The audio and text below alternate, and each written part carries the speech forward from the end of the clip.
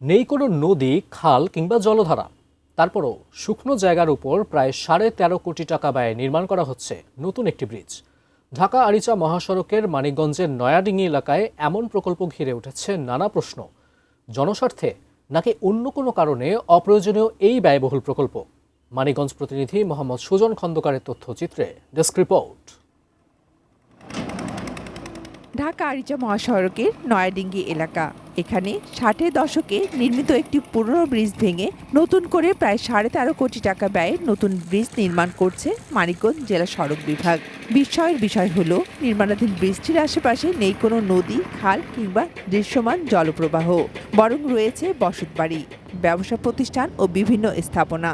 স্থানীয় মানুষের প্রশ্ন, শুকনো জায়গায় কোটি টাকার ব্রিজ কেন, কার স্বার্থে?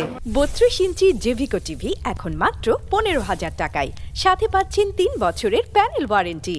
এখানে পানি চলাচল করতো অন্তত 45 বছর বা 50 বছর আগে। যেহেতু দুই জায়গাতে ব্লক করে দিচ্ছে, এই জায়গাতে ব্রিজ করার প্রয়োজন মনে হয় না। আমরা যেমন বুঝতেছি যে এখানে ব্রিজটা প্রয়োজন নেই, তো ওনারাও তো এটা হয়তো বুঝেন যে এখানে ব্রিজ একটা প্রয়োজন নাই, তাও কেন এটা ব্রিজ হচ্ছে।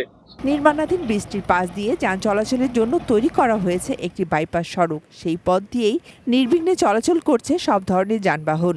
ফলে স্থানীয়দের অনেকেই মনে করছেন এখানে সড়ক নির্মাণই যথেষ্ট ছিল।